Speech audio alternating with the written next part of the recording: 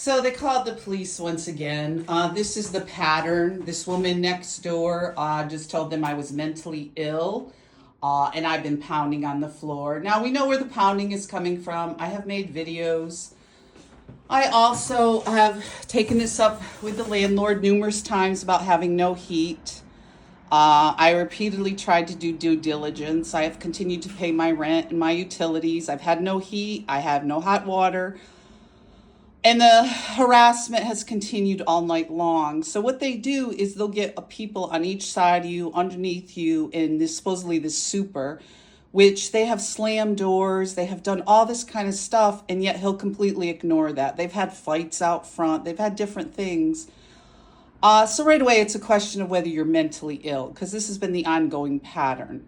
So they'll get these other people to give, statements to the police, and they'll allege that you're the one who's mentally ill, even though I complained when I moved in, because it started right away. Even though this woman moved everything out, she was supposedly moving. Obviously, that wasn't the case. Certainly when you have a bed bug infestation, moving things in and out is going to be a problem, which, again, I took up with the landlord. So he's saying he knocked on my door. He was polite. He said to make a complaint with the Tenants Association at City Hall. So I will probably follow up with that to do due diligence, because this has been ongoing with the heat. This goes on all night long with the pounding, with the various noises, with, sporadic heat. Once in a while, I will get a little bit of heat, but this is the same pattern on State Street. It was the same pattern on North Main. And then what they do is oftentimes they'll steal your security. People make up things about people being mentally ill. And this has gone on repeatedly. So this is the pattern. And supposedly this woman was moving out, but they had no record of it. I had called the landlord. I said she's moved out all her stuff. It's like late in the morning. I think there's a couple of videos I posted, trying to get some sleep, because they were supposed to do the bed bug spraying, and you can see how that went. So once you move everything out and then you move stuff back in, that's really not an appropriate response. So we went through all that. So I figured things would calm down, because periodically I do get a little heat.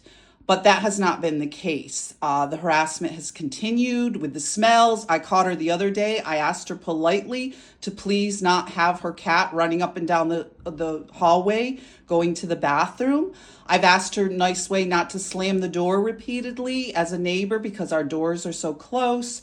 And she's repeatedly lying. I don't believe that cats should be let out in the hallway to go to the bathroom and defecate up and down the hallway. And this has happened repeatedly in front of my door, because then all of a sudden the door smells, the smells come in through the door with other smells coming from that apartment, which I also asked the landlord if he could please remind her, whether it's her pet, whether it's other things going on.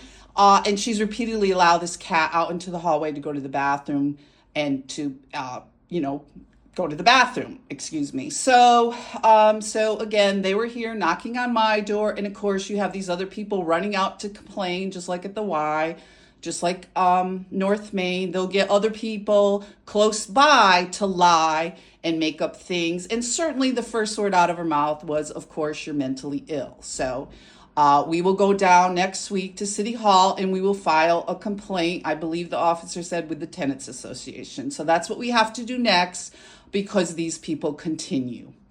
Be safe out there, guys.